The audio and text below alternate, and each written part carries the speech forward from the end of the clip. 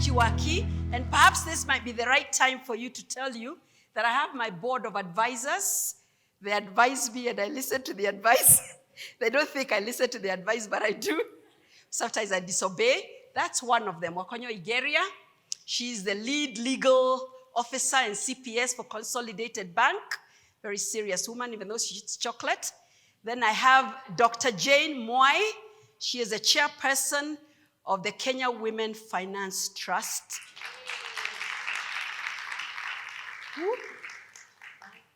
Microfinance Bank. Oh, Microfinance Bank.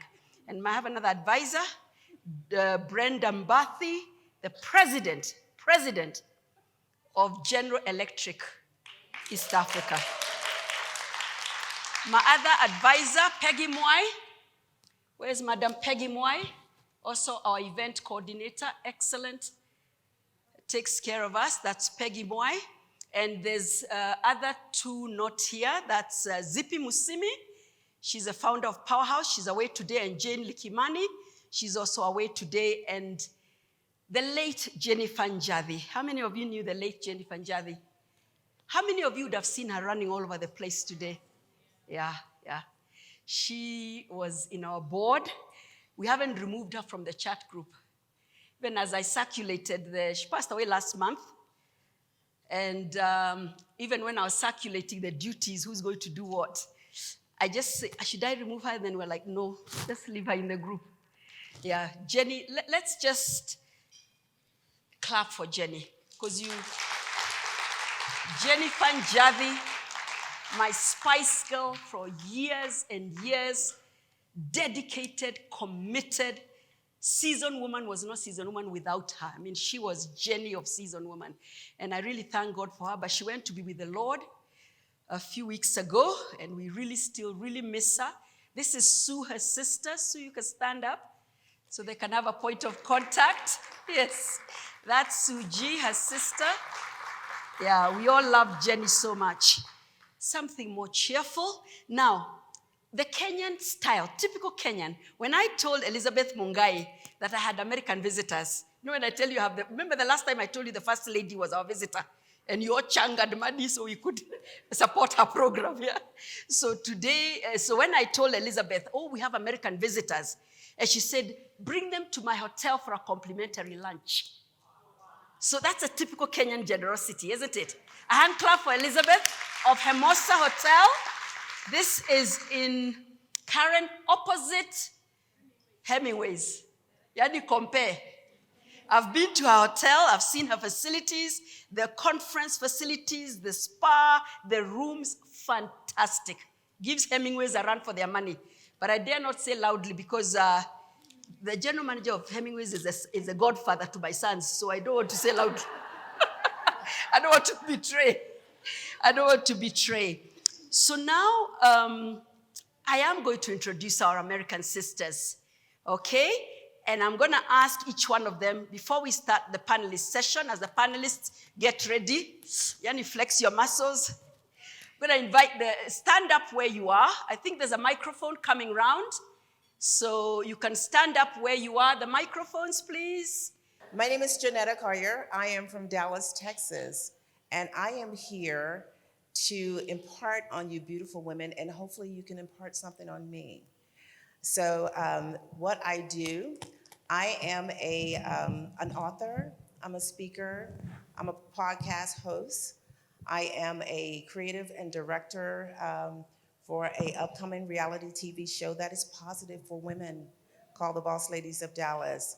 I am also a master certified coach in neuro-linguistic programming. And I'm just gonna take that and leave that here for now. But I am so honored to be here and so honored to be in your presence. And I just thank you for welcoming me to. Thank you. My name means Happiness Reborn. And with that mission and that name that I was given, I went through some dark things, but God himself showed me through a plan how to get women out of that. My passion is to show women who are broken and hurt, who get stuck in things, how to love themselves, forgive themselves, and most of all, forgive those who hurt you. Because if you don't get past that, you can't really love yourself. So that is my passion. I am from St. Louis, Missouri, where they have the Arch, the Midwest, and I am excited to be here. And I thank God that He chose me for this mission. And Dr. Rubin told me something once. He said, "You will be with me on here." And I was like, okay. But now that I am here, I'm excited and I am happy to be in your wonderful country. And I love you and I thank you, Miss Sally, for allowing me to be here. Thank you. Beautiful. Thank you. I am Barbara H. Smith, known as the masterful presenter. I help people communicate better what you do, what you have, and what you bring to the table, and why anyone should care. There is more to you than you are exposing to other people. Yes. We are so blessed and grateful to have traveled over 7,000, 8,000 miles to be with all of the beautiful people. Lurk at the neighbor next to you and say, "You look good." You look good. But I do too. Too. Now turn to your other neighbor and say, "You look good." You look good. But I do too. But I do too. That's what I'm talking about. I'm here with my lovely mother. I thank God for her 83 years. If you get a chance to just say hi, Mama, outside. She's my momager. She manages things for me. She's standing right We there. honor mothers. Barbara, we so honor mothers in Kenya. I know. We would like to hear from her. Mama. Let her come in. Miss Sally wants to hear from Oh, you. yes, we must hear from See, her. when Mama gets introduced, then I have to sit down. See, they don't even want me no more. See that? Give her a microphone. This is Mama Queen Agnes. Amen. Thank you so much. I just want to thank you all for being among good people and people who looks like me. Where I live, I see more of the others than I see of me. And I'm glad that the love, the fellowship, the patience, because they help me. Everywhere I go, I get so much hug. I get so much just the love that you've put out. The energy is wow. And I love it. And I thank you. Hello. Hello. I am Dr. Kathy Barton Brown, all the way from Flint, Michigan, USA. And I am a seasoned woman. Woo! I proudly declare that I'm a seasoned woman because I have friends that are no longer here. Every day is a good day. Every day is a new opportunity to impart life, to impart joy, to reverse the curse of any dysfunctional relationship. I was born for the purpose to instill in people the opportunity to turn around any curse that has been passed on from the previous generation and challenge us ladies to have a new legacy for our children. If we were abused, we should make sure that our daughters know they don't have to be abused. If we were talked about and marginalized and put down, we encourage, we build, and we inspire our next generation. Reverse the curse of other generations so that you can say the curse is reversed. In Jesus' name. Amen. Wow, thank you. So we're going to go on to the next. I will introduce some Kenyan guests later on. But for now, I'm going to ask Brenda. We're ready for you to introduce each of the panelists. And we go into this hot session. And then we'll move on to the other guests later. Thank you, Sally. Let's also celebrate Sally. She's brought us here today. She says we're her Spice Girls, but she really does light up our lives and gives us opportunities to come together, to celebrate, to laugh, to have fun, as well as bringing us friends from far and from near. Today we have a panel. Sally says it's going to fire us up. I'm going to introduce the panelists. I'm now going to take off my mask. I hope you're here if you're on the panel. I'd say in no particular order, but I do want to start with a friend from a neighboring country, who said that the Kenyans would answer the questions. Benita Bagairi. Welcome. Benita, if you can stand up as I read out your accolades. Benita is a woman of achievement, having won the Judges Award in Kenya in 2018. You can make your way to the stage, Benita. Nominated for the Upstream Woman of the Year Award at the 2018 Upstream Oil and Gas Awards, and went on to win it in 2019. A woman who has won much accolade from the industry and continues to climb while encouraging other women to participate and grow with her. She is a woman who was raised in 3 countries, worked in several, has garnered experience from international schools and multinational companies, has an extensive business network worldwide, comes with over 25 years of marketing and business development experience from energy, telecoms, and fast-moving consumer goods. She's the founder and managing director of Albertine Oil and Gas in Uganda and a subsidiary in Kenya. Ladies and gentlemen, Miss Benita Bagairi.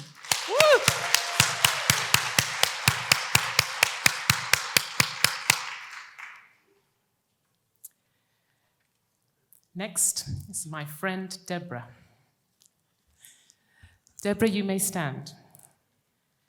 Deborah Maloa is the Vice President of Coca-Cola East and Central Africa's franchise, responsible for the overall success of the business and leading teams to drive the execution of the company's strategy across 14 countries.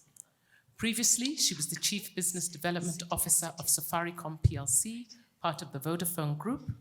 She's a highly accomplished leader, having led multinational organizations within the sub-Saharan region, including being the General Manager of East and West Africa at GlaxoSmithKline and Vice President at Unilever Africa, responsible for sub-Saharan Africa.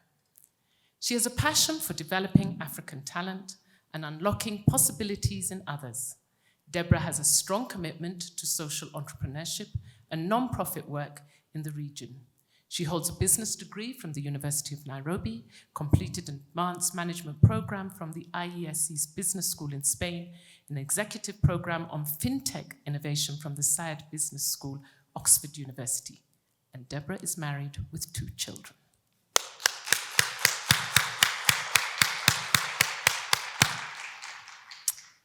Next from Kenya is Rose Gishuki.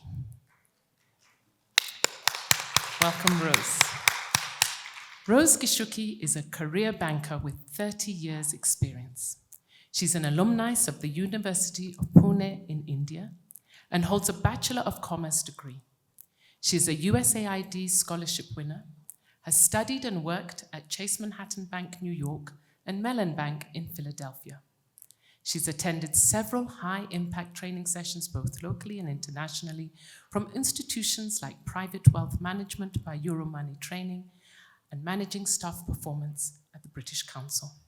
She's passionate about banking and business development and is currently the sector lead for women banking at Stanbic Bank, Kenya, Aka Chief Dada.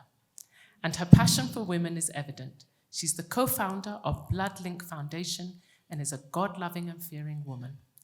Rose has been married for 28 years and is a mother of 2.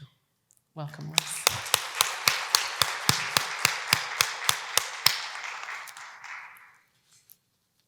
Next, we go to our visitors from the USA who've come to be with us here and said that they are seasoned women.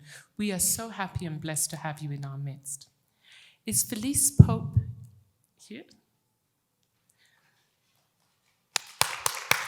Felice Pope is an international speaker, author, and podcaster. So forgive me if I repeat what we've already been told, but I want us to really absorb it. She received the I Change Nations Award in 2019 for her contribution to changing lives in her community. Felice's courses equip, educate, and empower women to overcome trauma, renew their minds, and gain clarity for their purpose in life. Her message is, no matter how broken you are, smile, because you can be healed. Welcome, Felice.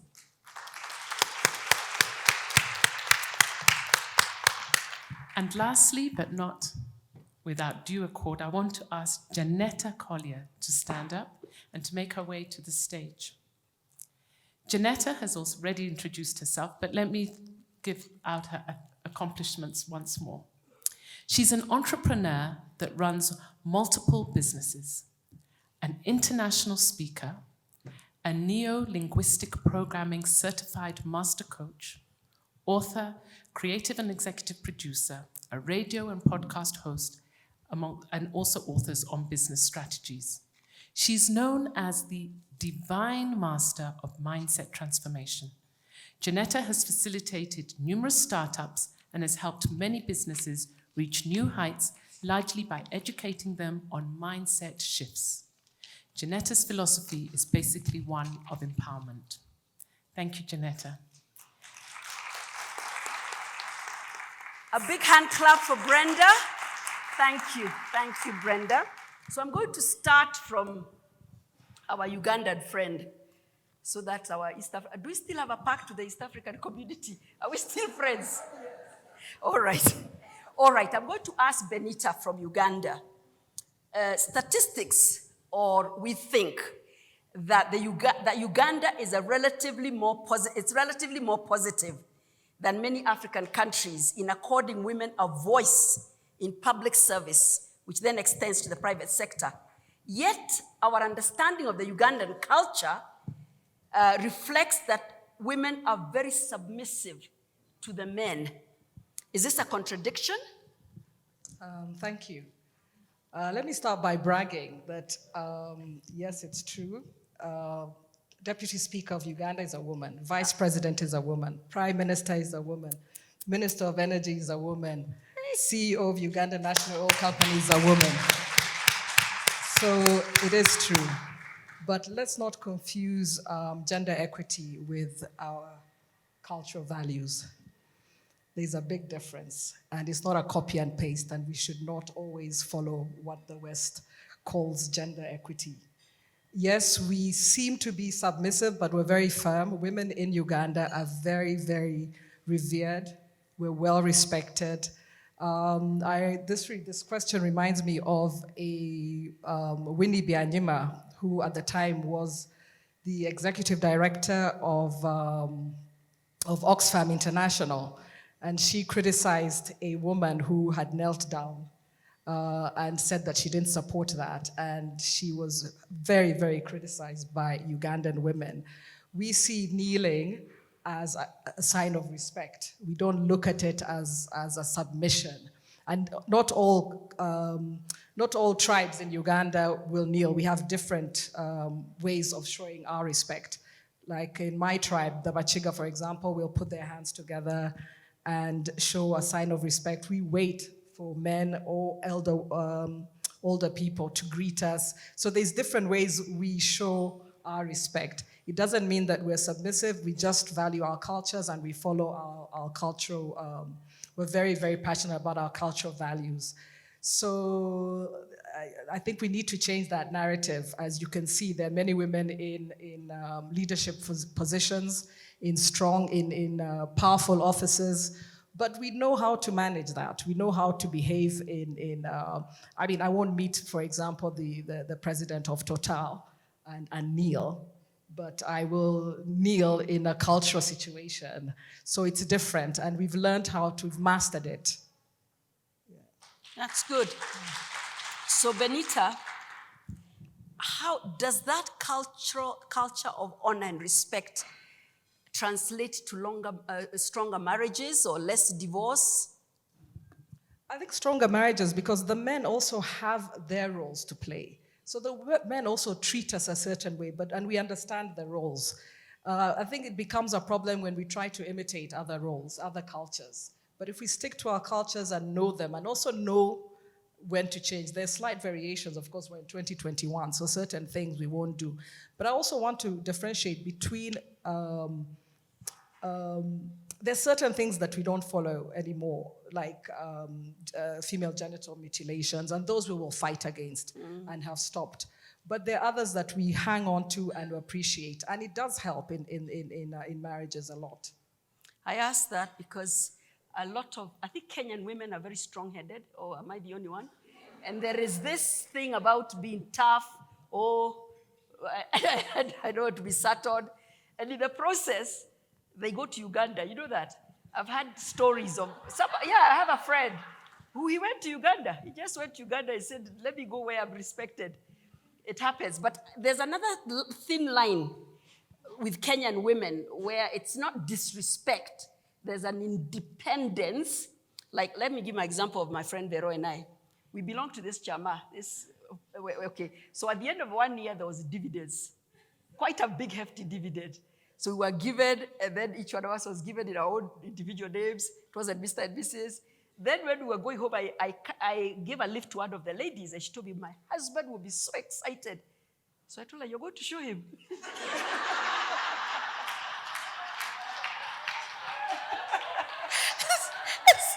So I thought something is wrong with me. So I called Vera and I said, did you show? She said, of course not.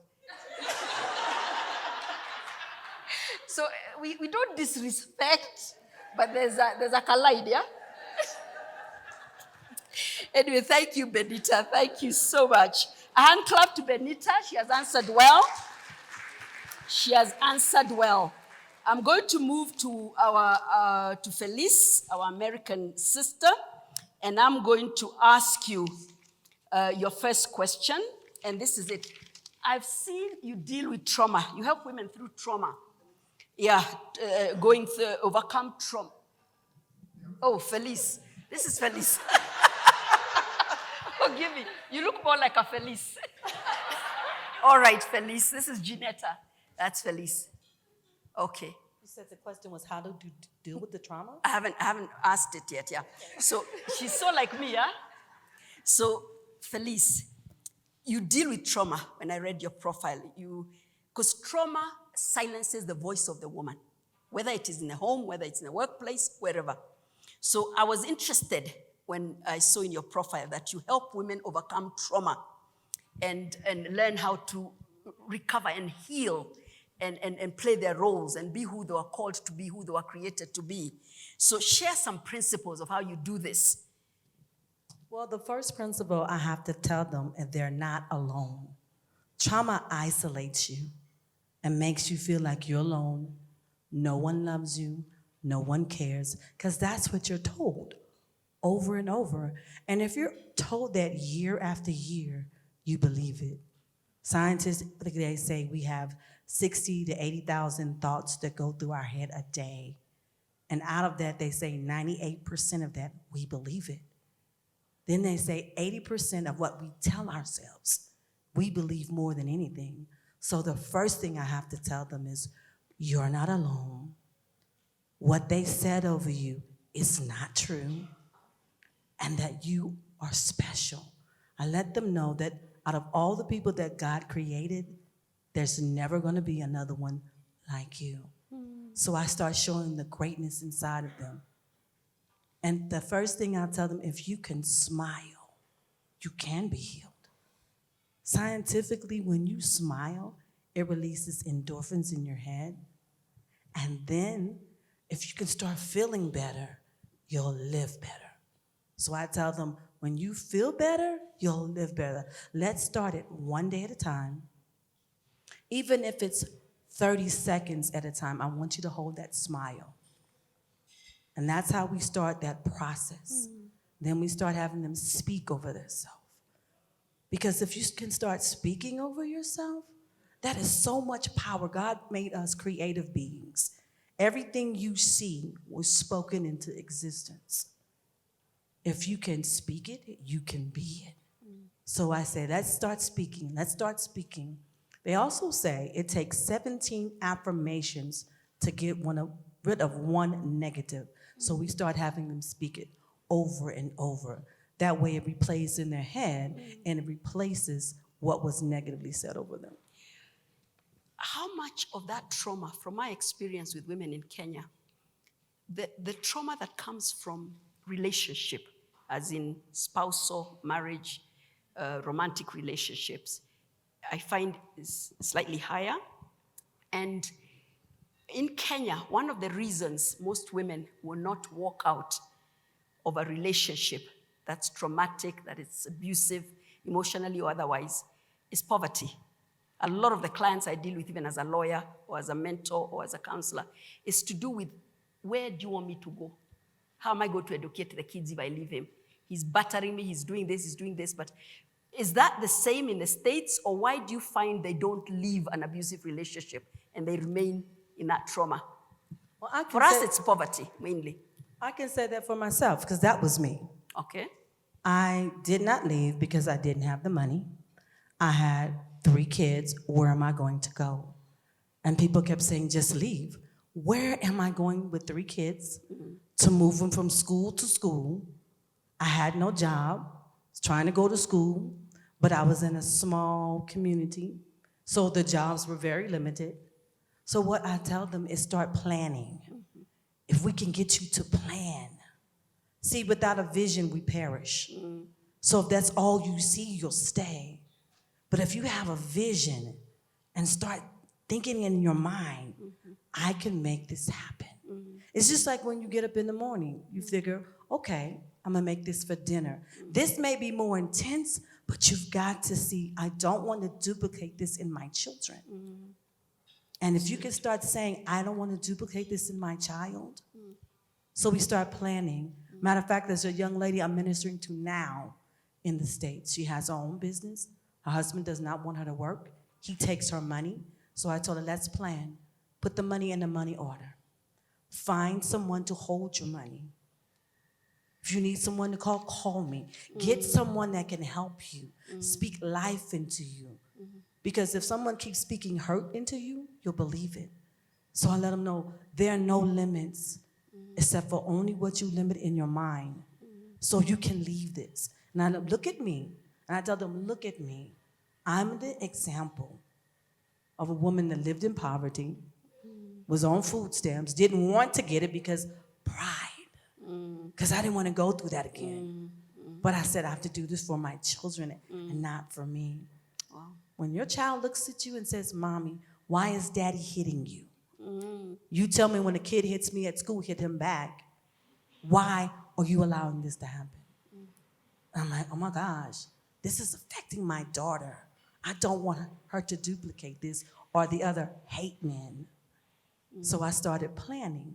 So if you can plan and put a little bit away, and then most of all, God, how do I get out? That's good. God will strategically show you how to get out. If you believe that you can get out, you will get out. Wow. That is so true. That is so true. That is so true. When I was a young lawyer,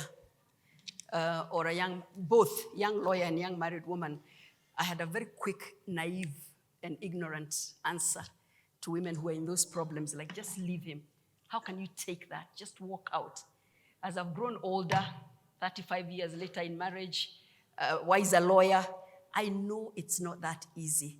And I like what you're saying, that it's a process to walk out. It's not just tell her to walk out and find her voice and what, It takes a lot.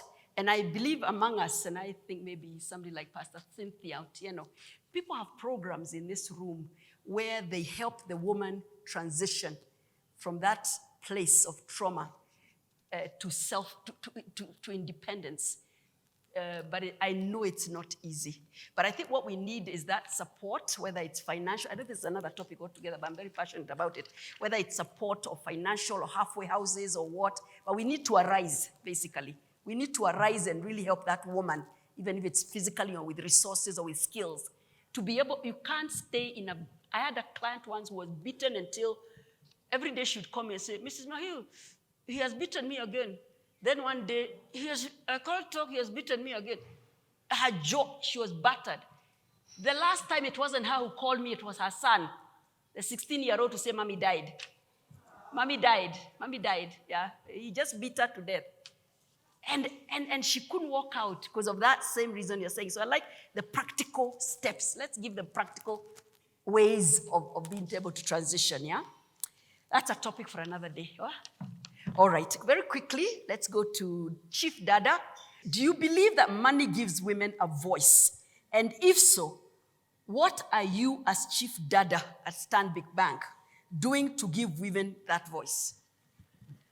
Thanks for thanks for bringing me right after the thin line between love and hate and dying, and then you bring money. Yeah. Trust you. Thank you very much, Sally. Of course, money gives women a voice. Sini ukweli? True? Oh, yes. So let's start with you being confident. Let's start with you walking tall. Let's start with you being a decision maker when you have money. Let's start with you being respected when you have money. Let's start with you being a planner. Let's start with even impacting on society. You're all here because you paid some money, Cindy. 4,000 is not little. Okay, it's 40. 3.8. So, yeah. But it is money, Cindy. So you're all here because you did that. And like my friend says, and I don't know whether they're here, and I'll introduce them later, but there are some clients of mine who are here. Bansi once told me that in Kikamba, Mamkamba, best I say Kia, as in money enables you to engage the Kia. Yes. So I have, and I work practically. I'm an actual person at Stanbic. Data is very practical. I have Bansi Kaleche here. Who came? There. Who you? Amen. Stand up, Bansi. Bansi is there. Bansi, this story of money is the one we are talking about. When she came in, she was coming for I don't know how many 2000s. You ask her now. She's in millions. She was in Mararal. It even gives you confidence to go to the end of Kenya to look for contracts. Yes. She was in Mararal 2 days ago doing big contracts. I have Purity. Purity from Meru, the house girl. Stand up, Purity. Purity drives a V8, has an investment company, came from Meru as a maid. You've seen the testimonial. Not paid. She tells us she can host all of us in her house. She was a house girl. That's what money does. It gives you power. Yes. Then Purity invites you. Bring your people so that I can teach them, you people, how to import things, how to do mutumba business, how to create employment by showing somebody how to sell those second-hand clothes. Cynthia? Aya. Who doesn't know Sarakabu? Sarakabu was an employee. Cynthia? Sarakabu of Bonfire. Stand up, Sarah. We clap for you. I acknowledge you. Amen. CEO Bonfire. Cruise ships. Hey. Mauritius. Yeah. Please. Cynthia? So that's what money does. Confident women, working decision makers, impacting on society, creating employment. I will not forget to mention my friend here, Elizabeth Hamosa. These are two sisters who were told zero. First of all, when they were setting up the hotel opposite Hemingway's, I think she told me they were told they're bringing a Nyamachama joint there, which will bring rats opposite. You know, they are Kikuyu, so you know how Kikuyus go with motura heads and things. You should go to that hotel, my sister. Yeah, it's fantastic. You will know the power It's of women. fantastic, So yeah. those are practical examples. And you ask me what we are doing about it. This is how we are approaching it. We have an angle that is approaching it financially. So we are working with you to empower you. We are enabling you to borrow. We have between 50 and 9 billion single obliga. We can give you that money. Okay, we have 3 million unsecured because you've told us you don't have titles and all that, and 7 million unsecured, depending on where you are at in life and what you are doing. Please believe in us. Come in, get empowered, get the money, start becoming a decision maker, become an employer, start impacting on society. We teach you how to save. We teach you how to plan and protect what you have made. And on top of that, we teach you how to manage the wealth that you have made and how to share it. Because a lot of you business women are here working passive, it's called what? Active income. Cindy, you're not even thinking about pension. And I keep telling Sally, today we are wearing high heels. Tomorrow we will be wearing flats. We will leave this city, not because of anything, but maybe because we can't cross the roads and we can't drive in those cities again. So we go to cooler places like Nanyuki. But while you are there or in your country, do you want to be wearing slippers that are of different colors? See, you start planning now. You start doing pension. Because most people in business, honestly, and you guys are laughing, you will go to those villages. So please come. Let's walk this journey together. And sadly, that's how we are addressing them financially. Amen. To impact Well on done. society. Thank you, Rose. Thank you for the work you're doing. And beyond that, I think you can have money and not use it to be a voice. You know that. You can sit on it. You can wear your Gucci's, yeah?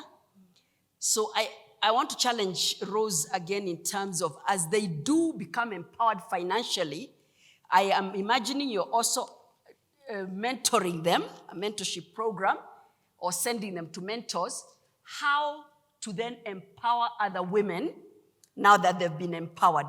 Make the money become a voice, isn't it? Become a voice in society. Be able to do something with that money or speak up. Money gives you choices. Money gives you choices, money gives you a voice. So that even as you've made it, you're not silent and quiet, we don't hear you. We do hear you now in society. We do hear you speaking for the girl child, for the boy child, because you have the resources to say that and to back it up, yeah? And to encourage others. Thank you, Rose. Thank you so much. So I'm then going to go to Felice now. No, Ginetta. Ginetta. Ginetta, let me come to you. Why do they call you the divine master of mindset transformation? Good question. You know, many years ago, I was a single teenage mom. And I was walking in a space in my life that I had no understanding. I had no compass. But I knew that what was in store for me was not something I wanted for myself or for the baby that I had. So I decided that I was not going to be a statistic. I was not going to allow someone else to tell me what my journey was going to be. So I started reading self-help books. I started meditating. I started doing affirmation and visualization of what I wanted my life to look like. During that process, my journey was totally different than you would think of a single teenage mom. My journey was, I met an incredible man. I got married. I finished college. I went into a business where it was really dominated by men. I was very successful in that business, but I took ill. And the doctors told me that I had 6 months to live. But another doctor flew in and said, if you and your husband can move to Dallas, I will treat you for free. So my husband and I moved to Dallas. By then we had 2 kids, and I was bedridden. I was down to 86 pounds. And I started to really decide in my mind right then that I was not gonna die. I was not gonna leave my family. No other woman was coming in to raise my kids. I'm just being real. So I started meditating and working on myself. Now, I'm not here to tell you that if you're diagnosed with cancer, that you can meditate and work on yourself and you will be healed. But what I am here to tell you is your mind is the catalyst of everything that starts with you. And if you pour positive things in your mind, trust and believe it will happen and it will come forth. I stand before you today owning multiple businesses, a grandmother, a wife of 35 years. I have 2 beautiful kids, adult kids, and I pour into other women to let you know that your mind sets the trajectory of your life. No one can tell you who you are or what you are but you. So when people come to me for coaching, I pour into them and I let them know you're not the only one. There will be many following behind you, and your job is to help them along the journey. Wow. I didn't know that part. I'm sorry? I didn't know that part about your health. Wow. Thank you for sharing. Thank you. You're welcome. Thank you. Deborah, we really do admire you out there. We celebrate you because you are holding such a key position in the marketplace in terms of the economy, business, and all. And I want to ask you your first question, Deborah. How do you think you've been a voice a voice of impact in the marketplace, holding this high position. Thank you, Sally, and thank you for having me here today. A great afternoon. Sally, one of the things which I constantly play back, what's my story? When I constantly play back my journey, I think about the companies I've worked for, and there's something I learned from those companies. Even though a company exists to sell products and to make profit, I've had the privilege of working with companies which exist for more than that. So they exist for purpose. At Coca-Cola, the purpose is to refresh the world and make a difference. I had the luxury of being at Safaricom. The purpose was to transform lives. Even GSK is to enable people and to help people to do more, live longer, feel better. So I learned how companies went about purpose. But it took one of my managers a long time ago to ask me, what is your purpose? Why do you exist? I'd never been asked that question before, but I was a wise Alec, so I answered. I said, I'm a mother, I'm a wife, I'm a corporate executive, etc., etc. And they said, that's not my purpose. That is not the reason you exist. And I said, what do you mean? That's what I've been doing. And I was actually really shocked that people live through purpose. You mean they do more than that? And that's the time when I realized, why do I exist? What am I here for? Why was I put into this world? And it took a while to develop and build my purpose. And for me, it was to unlock possibility in self and others. So that is my purpose, to unlock possibility in self and others. And I really am intentional in how I do it. I'm intentional, for example, in where I do it. I love this. How do I unlock possibility in women? That's something I really go behind. I love a forum like this where your audience is there to unlock possibility.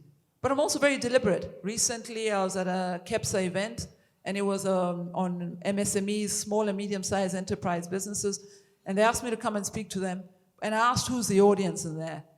And SMEs employ 80% of the Kenyan population. 80%, they're probably the biggest employer. And there were many women are in the SME space. I showed up to try and see what's the difference. This is in COVID time, and it was really about helping them understand how to build branding. Women, by the way, thrive in crisis, just in case you didn't know. And during COVID, we were going to thrive.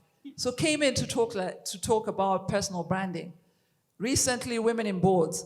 We're underrepresented in boards. And it's not about the statistics. The statistics doesn't matter.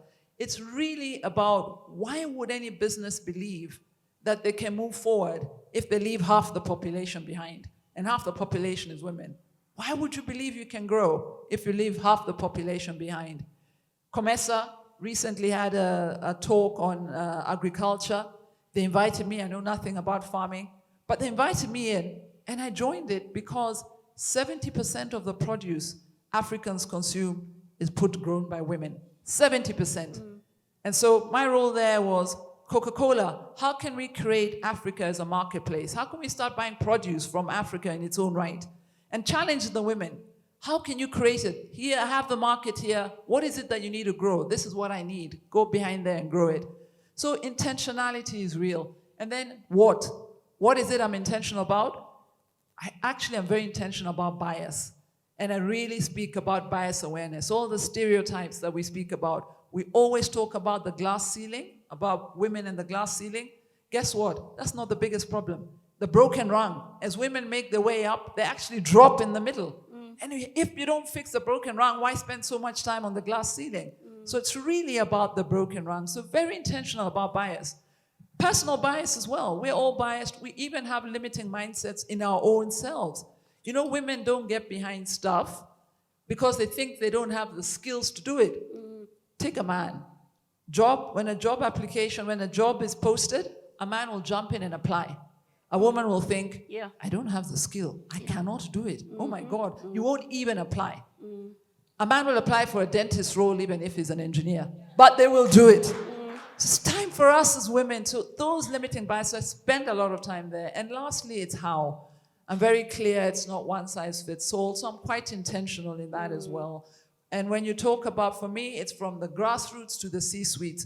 So the woman at the very lower end, what does she need? During COVID, 18,000 of our retail, which is small and medium size, from a Coca-Cola bit, we had 18,000 retailers. Most of them are women. How were they supposed to know about COVID protocols if we didn't come in and teach them about COVID protocols? Where were they going to get access of my finance if they didn't have it at COVID? And that was the role we had to play. So I'm very intentional in the where, the hows, and the whats. And that's where I really try and bring my voice in. Thank Wow, you. wow. That's why she is a vice president of Coca-Cola and you are not, yeah? I think, I love that, yeah? I love that. Intentional, purposeful. You know, Deborah, when you talk of purpose, you get me. When you talk of purpose, why are we here? Why were we created? Because I think the worst we can do is live on this earth, get married, have your 2 kids, your 1 dog, or whatever, 1 goat, for some of us. And that's it. There has to be purpose. There has to be purpose. Why were you created? Who were you created to be? And what were you created to do? Thank you so much, Deborah. Very quickly now, I'm going to go back to Benita. No, yes, Benita. Let me come back to you, Benita. And I want to ask you your second question, and this is it. What factors have contributed to you being such a voice in your sector? And when we say you're a voice, even here in Kenya, we read of you, we hear of you, you are a voice. What factors? Is it the way you were raised? Is it family? Is it your culture? What is it? What particular factors would you attribute to you coming to where you've come to as a voice in your sector? Let me explain my sector a little bit. It's segmented into 3 categories: the downstream, midstream, and upstream. Downstream is what you encounter every day, the fuel that you put in your cars, the refined products. And so it's marketing and distribution. Midstream is transportation and storage. So it's the pipeline, it's the storage terminals, and it's refineries. And then the upstream, and this is where I am mainly, the upstream is extraction, is getting the fuel from the ground. So it's exploration. So it's drilling, it's seismic tests. And that is a very, very narrow industry. And that's an industry that has driven development in the West and in powerful, the strong economies in Africa. So it's a very, very key industry, but very, very small and a bit of a mystery. And this is an industry that is very new in Uganda. Now, before I joined the industry, I was always complaining and talking about how we don't take control of our natural resources. And when we do discover them, it's a curse. Why is it a curse in Africa, not a curse in Norway? And that always disturbed me. It always disturbed me. And so when we discovered oil in Uganda, I just thought the only way to change the narrative is to join it. I'm not an engineer, zero, except if some of you maybe may remember Dallas. I used to watch Dallas and watch GR, and yes. I really didn't know very much about the oil industry. So I decided I am going to get into this industry. I don't care whether I know anything about it. We will figure it out there. Yes. So in 2016, I registered my company, Albertine Oil and Gas. I pretty much just jumped into the deep end. I remember going to my first conference here, the Intercontinental, dressed up with my tag, Albertine Oil and Gas, with the founder and all these things. And so I go into this place. First of all, there are very, very few women, hardly any, and very few Africans, very few Kenyans or Ugandans at the conference. And so they asked me, so are you in the upstream, downstream? I'd never even heard of it. I just thought, how do I answer this? But I had my speech. I just stuck to it and let them decide whether it's midstream, upstream. They can position me in the way that they want. So I just really did a lot of research and asked anybody that I could ask. And I happen to have friends who were in the industry in Nigeria, in Cameroon, and in the Middle East that I went to school with. So I'd ask them. And a friend of mine advised me, said, look, the only way to sort of the best way to join this industry is, what are your local content laws? I didn't know. So I went, I said, what are our local content laws? So anyway, long story short, partnered with a friend of mine who I went to school with here in Kenya. Norwegian, I thought, okay, I mean, instead of partnering, I don't want to be dumb and dumber, partner with another Ugandan and we're all green. So, That's not fair. so her husband happened to be in the oil and gas industry, CEO, all these things. So I said, Bjorn, you have to partner with me in this. So my friend said, I would love him to partner. I miss Africa. I just want to be coming and having ugali and sukuma wiki. You guys can do your oil things.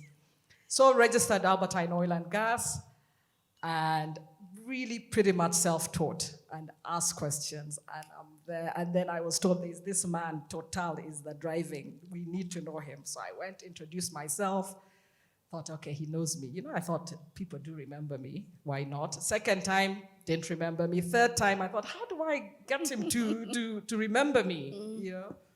And we were sitting. So anyway, a few months later, I was persistent. I ended up partnering with a Forbes 500 American company. So we were doing I did the local content. I went the local content way. And our laws were you have to register your company fully or you must get a local partner. So, of course, some of these international companies were looking for local partnerships. So I ended up partnering with some of these international companies. And one time we had gone to dinner with my Bjorn, my Norwegian, and he said, do you know who you gentlemen are sitting with? And I was always a woman, always with these men. And he said, no. And he spoke about me. By the time Bjorn was finished, I also wanted to meet me. He spoke so well about me. Yeah. And I just thought we don't, like one of the things you're saying, we don't really present ourselves well. We don't market ourselves. We don't brand ourselves. We are told to be humble. You cannot be humble. Ugandans, we how are things fair? Everything is fair. It's somehow. What is somehow? You're competing with international people and they're somehow. Who's going to work with you? So it's been a journey, even just using our voices, because this is a very, very new industry. Even when I talk about gender, the men are saying, Benita, we're also, it's new to us, so you better fight your own battle. We're helping you. So I've just been trying to demystify the oil and gas industry and letting people know that you don't have to be technical to go into the industry. You can go as a lawyer. These companies need legal services. They need logistics. They need food. They've got to eat. So there's so many different ways that we can join this very, very powerful industry that is going to transform Africa. It's going to transform Africa, and we need to tap into it in various ways. Wow. In fact, Benita, you've more or less gone into the third question I was going to ask you. I like offering my friends to my friends. You have to help my friends, yeah? So anyone here interested in that, how do you encourage, there are some lawyers here, we want to represent those companies. But there might be someone here who's hearing this and saying, I've thought of that. I've thought of oil and gas, but I haven't known where to start, yeah?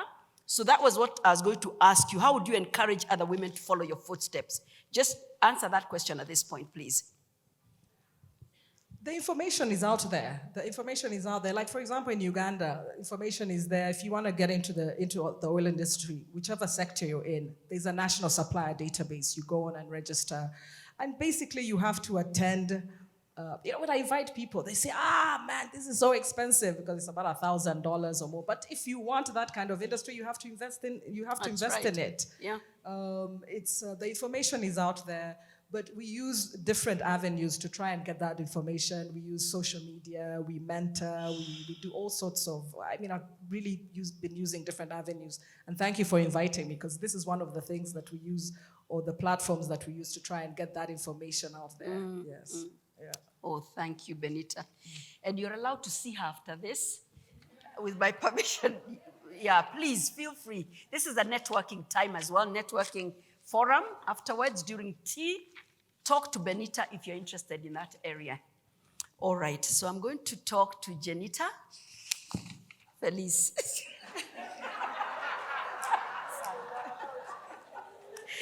Oh no. Maybe they should just change, but I'll still call her the wrong thing. Okay, I'll talk to you, lovely lady. Yes, ma'am. And I'll ask you your next question. And you're also an author. I know that, yes. So what have you authored? Just talk to us about what you've authored and how it speaks to us about getting a voice. The book that I authored is called Stained Glass, Smile, You Can Be Healed. Stay in class. Stained glass. Stained glass. Stained glass. Yeah. And that came from God because he said it's just like a picture, but each piece in that stained glass has its own shape, has its own unique color, and it supports the entire picture. We all were made by God, different shapes, different colors. None of us chose our skin color. None of us chose our family. None of us chose, okay, I need to support you. God put us all together. But without that piece, that supporting, the frame begins to break. So if I don't help support you and you don't help support me, then it falls apart. But that's what happens in the families. We look at our piece and we say, I'm insignificant. Sometimes our parents look at our piece and say, you look like your daddy piece, so I don't like you. So then we look at our piece and say, if mama doesn't like me, then I shouldn't like me either. And so the whole entire thing about the stained glass, smile, you can be healed, it talks about being broken. It talks about abuse. And it's not just for women. I have 3 sons, and I watch them date teenage girls. And as a mother, you cannot tell your son and have him respond positively, don't date that girl, because they shut you off. Mm-hmm. So I had to pray, and I had to ask him, is this what you want in your life? Is this a hurtful relationship? So I had to put an example of a young man in that book. And the men that read the book, that's how I got married. My husband read the book and he said, wow, you got me. I thought this was for women. He said, it brought me in tears.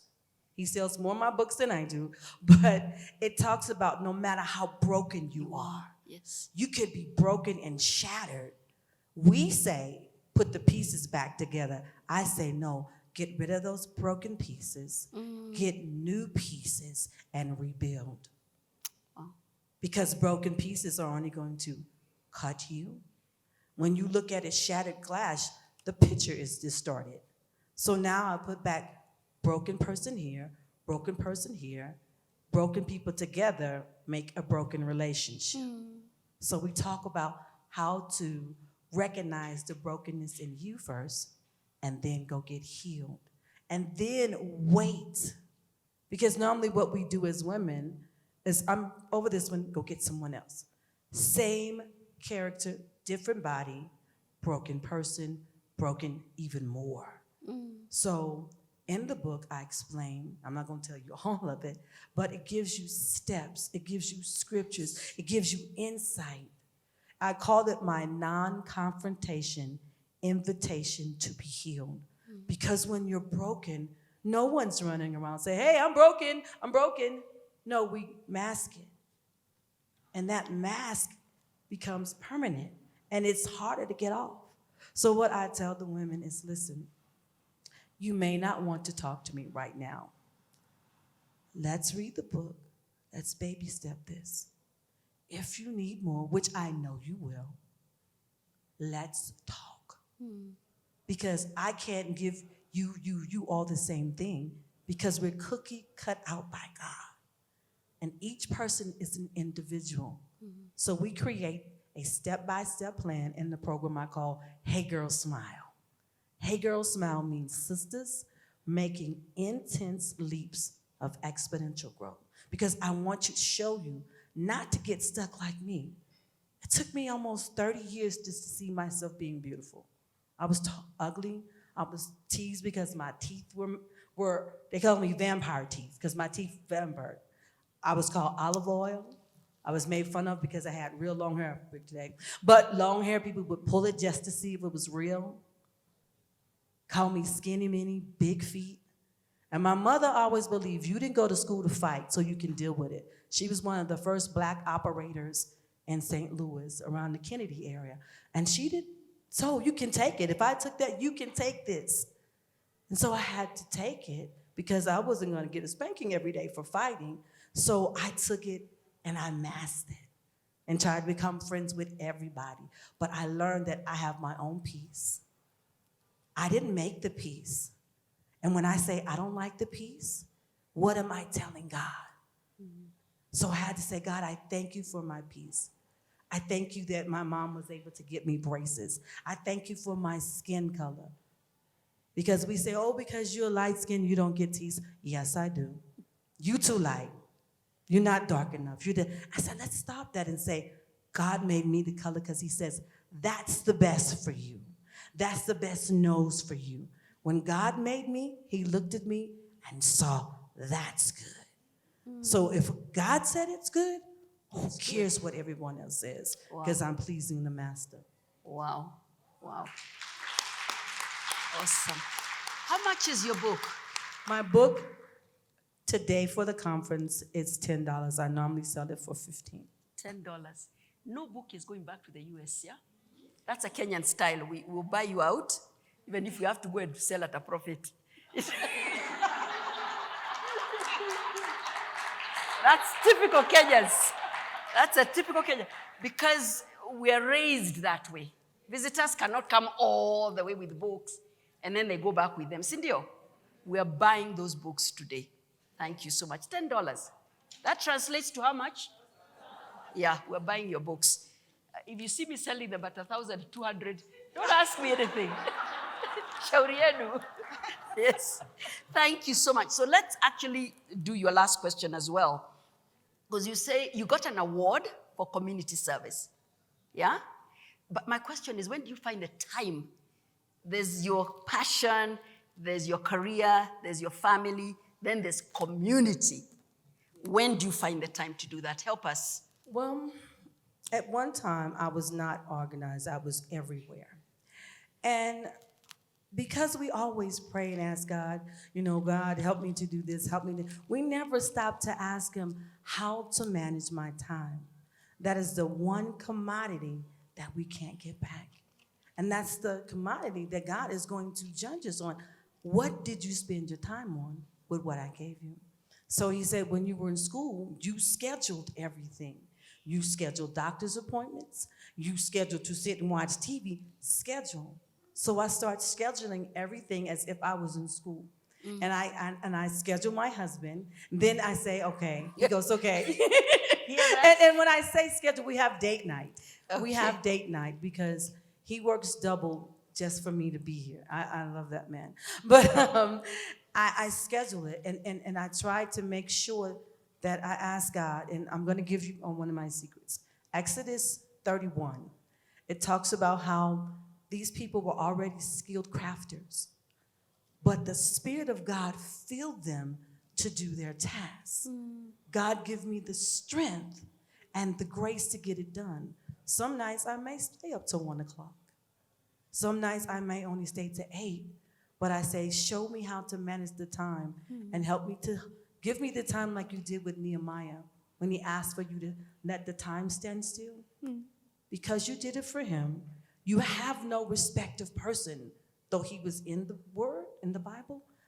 Do that for me, and he has done it. He'll download into me quickly, and I'll pull my cell phone out, and he'll start speaking, and I'll start going back and writing notes. And so when I put him first and ask him, it doesn't go wrong.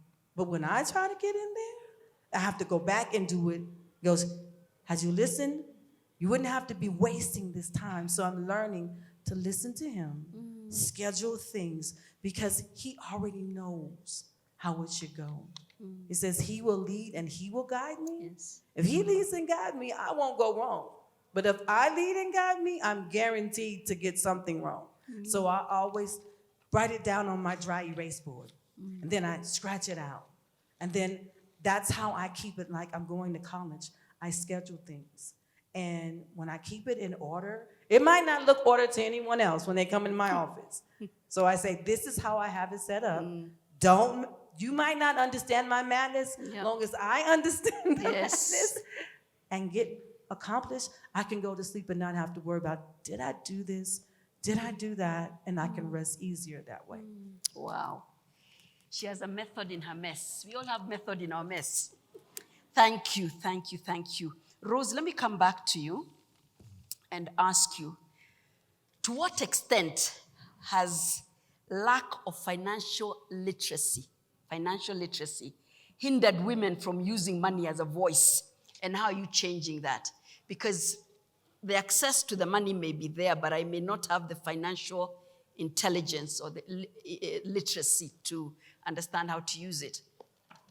I think my Ugandan sister answered that question very well. In fact, Okay. I thought I will go after her so that I emphasize. Yes. She talked about dama, and dama.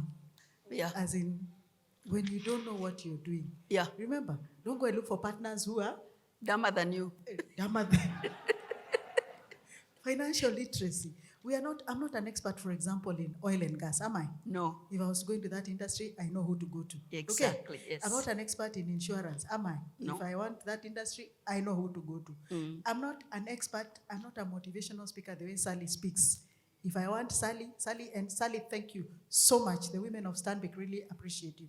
By the way, we are 1,000 women, 500 women in Stanbic, 500 plus. We actually 51% of the 1,000 complement in Stanbic is women. So we are walking the dada talk. And this woman has given us sessions once every month on the things that we take for granted, the obvious. So I'm going to tell you the obvious also, financial literacy, pesa. Everybody has pesa in their hand. Pesa is money. Everybody has some pesa in their hand. How you use that money, the knowledge you have about how to spend that money, where to put it, is with the experts also. So, just like you go to the insurance, come to the bankers, ask us, what do I do? Cynthia, there are investment bankers, we have units there that are doing that, so that you have confidence. Ask us, how do I qualify for this? What happens? How do I do my cash flows? You're in business, for heaven's sake. Are you making profit? Do you even know how profit looks like? Or you're just intermingling everything with your what Sally calls gushy necklaces and everything within the business account. Everything is going in there, and ugali, like githeri, maize and beans mixed together. So, yani, your money is just, I don't know how to put it. It's just confused. So how do you plan that money? We have a financial fitness academy. We can come to you if you have a company. We can come and train your staff. We can come and train you so that you grow as they grow. What are the alternatives? What is in the market? Learn. We have experts in the bank. Remember, we bank the oil and gas. We bank the Deborahs, we bank the Sallys, we bank the Coca-Colas, we bank the breweries people, we bank engineers, we bank architects, we bank housewives. So whatever you want, it's a pot of knowledge. We've got it. Use our PMI reports, which come out every month, to see what's happening in the market. Where is the dollar? Sally has even just given you one lesson in business. Business for 1,100. Buy the book for 1,000, go and sell it for 1,500. Yeah. And she's going to do that. Yeah. So while you guys are sparring, somebody's making she's gonna 500 buy bob from times Poetry Station 10,000 5. books. They're on the way to. So financial literacy is very important because it also enables you to understand your business and your money. What is your money language? How financially fit are you? What more can you do? How can you impact on society? What will be your voice? Why you're listening to Deborah, is it Deborah? How do you pronounce Deborah. it? Deborah. Why you're listening to Deborah is because of where she is. And she looks like she has money. Cynthia? But you might be surprised. Yeah. You shock on you. Cynthia, her balance sheet might just balance the same way yours balances. The difference is what to do with yours. The person who earns 1 million and the one who earns 10,000. Yes. Whether you're in the same So what space. they do. So if you're in the 10,000 space, we come and tell you, why are you eating, for example, some other flour there, that is going at 133 when you could grind the maize and get quality, nutritional flour, ugali, which will stick in your stomach for 3 hours, which has nutrients, and you're going to spend your coin there. So nobody is better than you, Yes. And if you can't manage 1 bob today, if you can't follow your shilling today, because women, we're very good at looking very good. Cynthia? Yeah. You're looking at Rose, you're thinking, oh, wow, a fantastic watch. By the way, yes, it's fantastic, it's amazing. But this is my grandmother's watch. Yeah. My late grandmother's watch. It is valuable. Yes, this is valuable. Have I bought it? No. But you're assuming, hey, okay, this is where we are playing at. Then you go and play with your 2 shillings. Okay. So follow your shilling, Small basics. Yes. Why are you on Viusasa spending your shillings there so that you can watch Zora the next day? Okay. You hear of a white party, you're there running, just, your teeth are white. Just go, nobody will kill you. Okay. All right? Be you, be yourself. you, So these are some of the things we're talking about. Yes. And sometimes they are very complicated by investment firms and financial institutions. At Dada, we have decided we are walking this journey with you. We are going to simplify the forms. We are going to simplify our products. We're going to listen to you. We're going to talk to you. You're going to tell us, this is how I am. Me, I've come like this, and this is what I do, and this is what I want. Okay. And I'm going to tell you something. The other day we launched a project, our Stanbic Foundation with USADF, US American Development Fund. Sindio? We told you guys, come for money, free money, grants. You know what a grant is? Not a loan. Yes, free. Free. Yeah. What do you want to do? You come and explain. How do you want? And most importantly, how will it impact on society? The whole country, 500 applicants only. Hello, women. Hey, it is coming again in January. This time the winners, the ones who came for the money, came for 5 million each. We had 7, we announced them on Monday. 7 people got 5 million, 5 million, 5 million, 5 million. Pesa ya bure. Hello. No interest, no. You want how much? Yeah, take it. What impact will it have on society? What are you going to do with it? Just explaining what you do. And that's what you're being told by Deborah. Intentional. Who are you? What's your purpose? What are you doing? Do you even know what business you're in? Can you explain your business to somebody? Like remove your titles, mother, father. There's somebody who challenged us. Who are you? So if you don't know who you are, and you don't know what you're doing, then how are we going to help each other? Cynthia? So start with you, who you are. Then first of all, start with God. Then who am I? Because me, I'm a child of God. Okay. Then what is the purpose? Why am I still here? Why haven't I died? Why are we here today? Cynthia? Purpose, what she was talking about. Then now find people who can walk that journey with you. And today I'm very proud because I'm accompanied by my head of, we call her Dada 001, Silpa, Dr. Silpa. By the way, in the bank, the leadership, 60% of our board is women. Okay? We are walking the talk. And I told you 51% is women. And the leadership, the head of women proposition, head of branch banking, Lydia Njenga, head of data sales, head of client solutions, head of legal, women, head of engineering, women. You have it. You have it in you. So let's it's called the energy of fear. If you don't know, it's the smallest question, the simplest question. How does interest work? Why are you borrowing money at 10% per day? Okay, which translates to 3,600% per year when you're being given money by banks for between 12 and 14% per year, which translates to 1.2 pale. Cynthia, does it make sense? 10 and 1%. So start following your shilling, because today you call it 1 shilling. When you put it in the bank tomorrow, another shilling, it will be called 2, 3, 4, 5. Cynthia. And like I said, education never ends. Cynthia, we learn every day. Today we are learning. I've learned so much from my sisters here. And I thank God, and Sally, thank you for the opportunity. But please work with us. Our Financial Fitness Academy, our Wealth Academy will teach you how to do that. We are educating you. We are informing you. We are helping you network. And that's why we are we are partnering with organizations like Sally's, so that we can also bring our dadas together to hear what is it that women are doing. Oh, women have gone into oil and gas. Now walienda with courage. Courage, the right bank, the right people, networking. Cindy? Yeah. And then also wellness. We are addressing you holistically. We want you to be healthy. We want you to be mentally stable. So we bring the Sallys, we bring the Judith Ongoris. You see, the law has changed, by the way. Are we there? So let's go to education and information quadrant, where we teach you. We will bring Judy to explain to us how the assets are going to be distributed in English. In marriage, yeah. You know, there's a way lawyers, Akina Sally, blah, blah, blah. We bring Judy, tell us, Sally, tell us in English, basics. What does this new law mean for a woman? Because when you're stressed, you take that stress to your business, you take it to your children, to your house, so Dada is here to address you holistically in that non-financial space also. Okay, so we welcome you to that community. Thank you. Very good. Thank you, Rose. So I'm sure there are those of us who will follow Rose for that free money. Did anybody hear about the free money? We didn't hear the announcement. So the free money announcement, and also how to join the fitness, the Financial Fitness Academy. Yeah, for those who would want to know that. Thank you, Rose. There's something you both touched on when you're talking about the stained glass, and Rose also talked about we look well put together. You know, you have young ladies saying, when I grow up, I want to be Auntie Sally. You know, they look up to us because we look all well put up together. Everything is in place. We look very okay. But we're broken.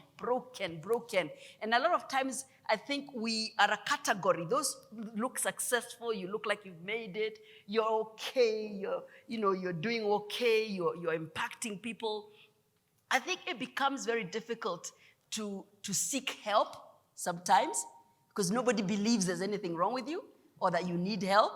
So, and I think with Seasoned Woman, what we do is lay a blanket understanding that we are all broken, yani we have issues, yeah? So from there, we're not saying that, oh, she doesn't look like she needs help. So we welcome that. So I liked what you said about that. We can look well put together, but there are deep issues that we need to deal with.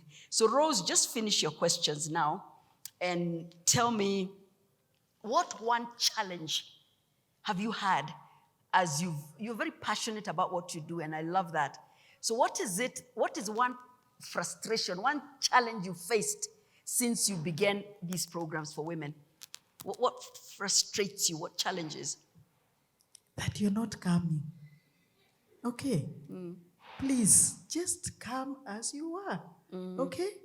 Just approach as you are. Then secondly, stop asking me when you look at me, how much do you think I qualify for? Okay? Walk into the bank because you know your business. We don't know. You come and tell us, this is who I am, this is what I do, this is what I want. Come with a plan. Okay? Yeah. Come organized. Come, because you're the one who knows. And then if you don't even know that, then there are classes, basic classes. We'll arrange where you will fit in. But for heaven's sake, come. Come with your financials. Just like you're being told, let a KRA pin. Then you start complaining, oh, they've taken too long. Oh, bring this. Those are basics that you need to already have as you're coming to a bank. ID, KRA, statements. If you're not banking with us, if you're banking with us, we are here. You know, sawa. So that frustration of asking me how much you think I qualify for, that fear, that lack of approach, please, Wekeni Kando, this is one bank that is ready for you. Our teams are trained for you, Dada. Dada simply means dare to aspire, dare to achieve. So we are daring you to aspire, and we will support you to achieve. I have told you there are dadas who started in 1 million, and now they have houses worth 100 million. One house. Simumona Sultan Palace huko. Somebody swimming huko showing off. So please just dare to aspire. Then come talk to us. Okay? So we are listening to you. Please stop being scared. Stop listening to, we were taught Sally today, and I'll teach you this one. The DJ of Evil, DJ Evil? Is it DJ Evolve? The one who plays evil tracks for you and convinces you that you're nobody. There's a DJ Evil. He's called DJ Evil somebody. Okay? He's in you. He sits in you. Stop looking for him somewhere else. He tells you you can't, you can't. And then Sally, I want to quote you because Sally has taught us something. I wrote this one, and I really want to repeat it to you. Sally told us, be grateful for your struggle because without it, you wouldn't have stumbled across your strength. Do not walk in the energy of fear. If you're lost, just return to basics. Life is simple. Don't be too hard on yourself. Begin again. You're not the first woman to start again. From basics. See, you're breathing. You're alive. You're well. My hips are mine, not yours. God gave me. You are light. You are dark. You are who. Be proud of you. You are just return to basic, live and enjoy life. And stop worrying about tomorrow. You might not even be there. So you'll be intentional on your yeses and no. Because when a woman stands for herself, She stands for all women. So, Amen. Awesome. Which reminds me, yes, even here I can advertise my books. They're out there. There are 7 of them. And they're good titles. Please buy. Please buy my books. They're out there. And they're good. And that's what I teach when I do the Stanbic webinars every Friday, once a month, every Friday. I teach them from the chapters in my books. And thank you, Rose. If they're impacting your women, I thank God for that. So now I go to Ginetta. I drew an arrow. See, we're told if you don't, just draw an arrow. I drew an arrow to show where she's sitting and an arrow. I'm not foolish. I cannot be foolish the 3rd time. All right. So now, let me ask you this. Kenyans, we love terminology. The minute, in fact, you find when people travel abroad and they find somewhere called Selfridges, it's actually a clothing store. But they come here and they call their fish shop Selfridges. We love new names and new things. But I saw in your profile, what is neo-linguistic programming? Neo-linguistic programming. Great question, great question. I'm not gonna give you a Webster definition of it, so I'm just gonna break it down to you like this. Neuro is the nerve signals to your brain. Linguistic is the language that you speak. And programming is communication. So our nerve system, when we see things, it goes to our brain and it's speaking to us and communicating to us. And so the output that we take from that is how we respond. The young lady down there, I forgot your name, I'm so sorry. Yes. Rose? Yeah. Rose. Rose. Yes, you're young. Rose, yes, I'm calling you out, Rose. Rose mentioned that the failures that you make are not failures. Something similar to that. I'm just gonna add to that and say, with neuro-linguistic programming, what it does is teaches you that no matter what you do is positive because you're gonna get something out of it. So when you fail, it is not a failure. It is a learning experience for you to take and move forward to something else. No matter what it is, no matter what you're going through in life, it is not a failure. So neuro-linguistic programming is what a lot of successful people use in order to get themselves to the next level, whether it's in their personal life or their business life. Basically, it's a human development strategy for you to take to understand that you set the pattern in where you want to go in life. So I'm gonna give you this example. If you were to say, I want to be an engineer, or I want to get into gas and fuel or whatever, just know you are speaking to yourself and you are registering that information into your brain. You're communicating that to your brain. So when your brain hears that, then the language that comes out of that is, I want to do these things. So you need to start programming yourself that these things are gonna be happening because it's gonna come forth. What you speak to yourself, whether it's negative or positive, it's gonna come forth. So you have to program yourself to know it's coming forth and be ready to step in that position when it happens. So I use my knowledge of this to help people when I coach them to understand that affirmation, visualization, and meditation and preparation is the key to success. Because when the opportunity comes and you're not prepared, even though you said, I want to do this, this, and this, that door will close on you quickly. A young lady up here mentioned that we as women tend not to step out and do things that we're not familiar with. But men, they the first one have their hand up and they have no clue. But we as women shy away from that for whatever reason. Maybe it was something that we was told or we was trained to do that. But if you put in your mind that you can do those things and start practicing those things, start preparing yourself, when that door opens, you can kick it in and walk boldly into your new position in life. So that's the breakdown of neuro-linguistic Thank programming. you. And is that what you've written about? Go to your third question. Is that what you've authored? Because you've authored a book. Okay, I authored a book called The Best You 365. The best? The Best You 365-Day Motivational Journey.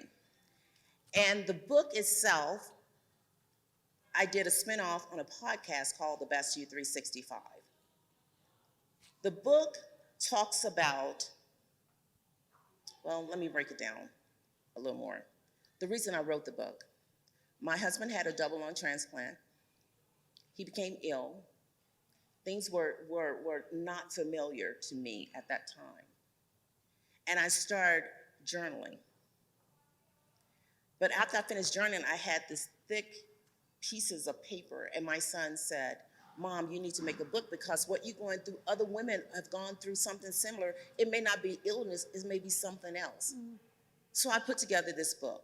This book starts with, each day will start with maybe a Bible verse, affirmation, just something to get you to write into it. And then once you write into the book, you have 365 days of your journey, not no one else's, but your journey. And you get to look back and see how far you come. I named the book The Best You because there's no one like you. There's no one like you. You just have to be the best person you can be for 365 days, and that's good enough. You have to remember, who you are, where you stand is good enough. And so I did the podcast based on the Best You 365 because I wanted people to understand, no matter what you're going through, no matter who you are, where you stand at that moment, you can rise up if that's what you choose to do. I bring guests on that has gone through different circumstances in life, and they talk about their journey. But at the end, they always come up victorious. You know why?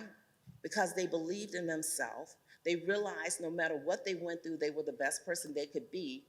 And they also shared their story for other people to understand you're not alone. You're never alone. And never be afraid to share your story. Never be embarrassed to share your story because your story could save and help another person. And that's why I wrote, it's a journal, and that's why I wrote it. And it's out here? It's out there. How much? It's normally $16.99. I put it down to $15 to make it easier. Right. Thank you. And it's a blessing. It is. It's a I'm sure blessing. it is. Yes. We're buying that as well. Well, and I told you, if I start seeing it in my shop for 1.8. Thank you. Thank you. So we're going to wind up this session with Deborah, this before I open it up to you guys. So Deborah, let me ask you, there must have been challenges to be where you are.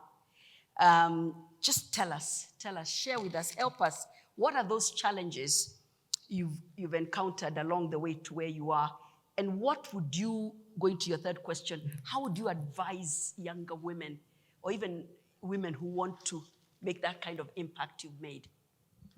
Thank you, Sally. Let me start with the first question about challenges and to where we are, where I am.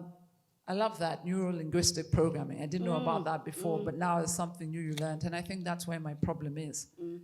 I'll focus on the challenges which were in my control, and are still in my control, but there's still challenges as I go on this journey. One of them is imposter syndrome. Imposters are, you pretend to be what you're not. Yeah. I have mega imposter syndrome all the time. I'll give an example. I can tell you even when it began. University. That's when I recognized imposter syndrome. Finish doing an exam, I come out of the exam, and I think, oh my God, I've really flunked that one. Really flunked it. talking to the guys who were doing the same exam, and they were like, "Oh, that wasn't bad at all. That was actually really good." And I started thinking, I'm really an imposter. I have no business being here in university.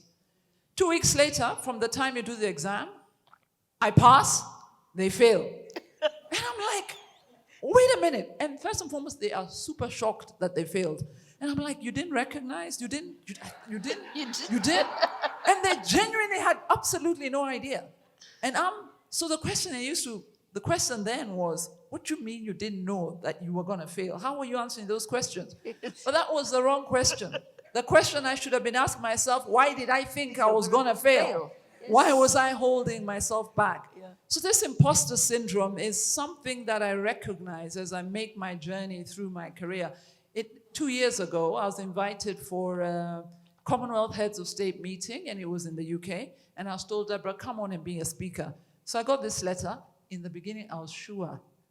No, wrong, Deborah, clearly. I actually called, and I said, you send this letter to me. Are you sure it's for me? And they said, yes, it's for you.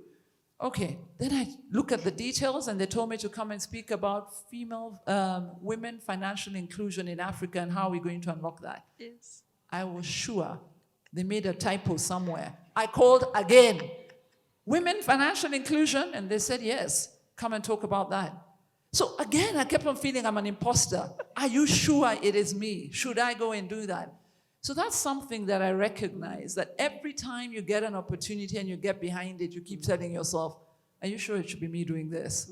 And that's something that I continuously journey and battle on and recognize it. So I tell people about that, because the more people I tell, the more they recognize their imposter syndrome in themselves. So just do it. These days, I just do it. So that's one. The second one is on building alliances. And again, it's within our control. And what do I mean by building alliances? It's on this journey, the stereotypes that come through that you recognize or you don't recognize. And let me tell you, often the stereotypes we speak to as women, we speak to them as if it's men who have those stereotypes. But we don't recognize our own personal stereotypes. And I can see a lot of you looking at me and saying, what do you mean? I don't have any biases or prejudices or stereotypes, especially when it comes to women. Mm-hmm. But here's the day I knew I had one, but here's one to you. I'll ask you this question. It's a riddle, actually.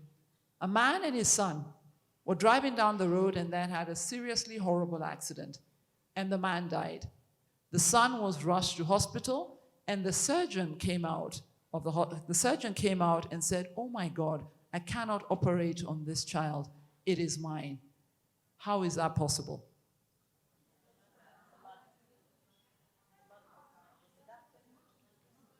Guess what? The surgeon was the mother.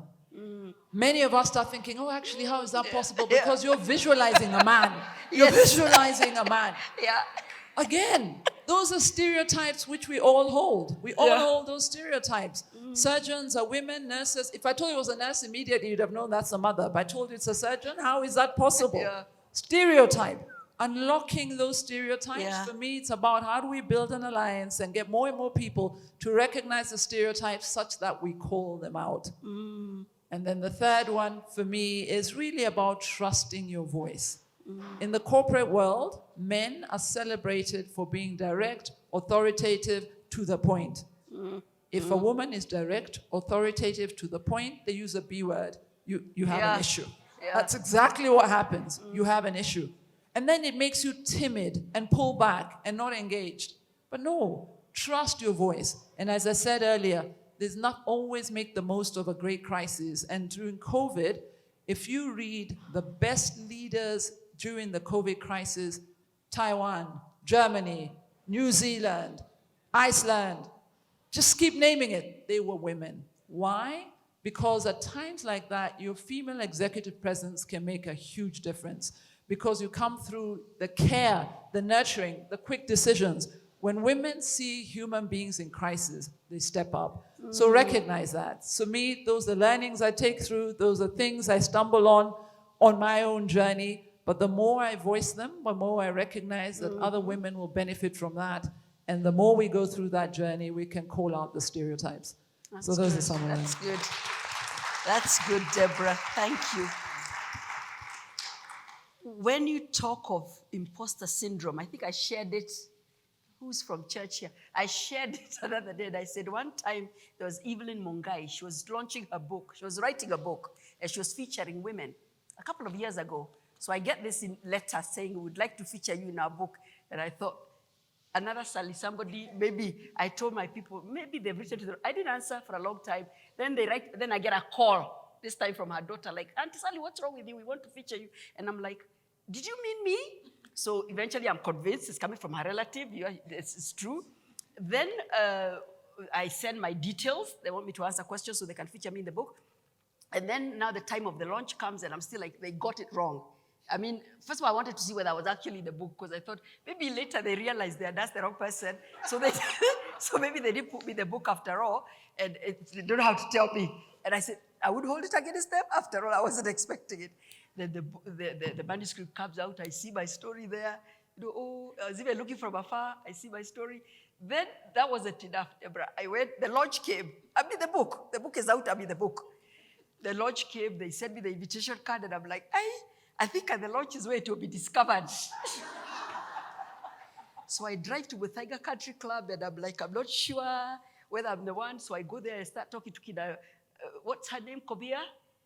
The CS for something, those giants, I miss all the giants, and I'm sitting among them, and I'm like, almost like acting like I shouldn't be here. And we go in, and then there are seats, and I'm like trying to sit at the back because I'm like, no. And I find my name there in the second row, and I'm like, it's going to be so embarrassing because they're going to finally say, yeah, there were some we thought. Then we realized imposter syndrome. When you don't think you're good enough or you deserve it, we self-sabotage that way so easily. So thank you for sharing that. Thank you so much. Deborah, so how would you encourage us? Or are there any under 30s here? Stand up, under 30s. Or under 35. Oh, hey, Chela. Wow, we have under 30s. And the way I was telling my son, no, it's a function for women my age. So we do have under 30s. Chela, you under 30? Hey, okay. So, okay. All right.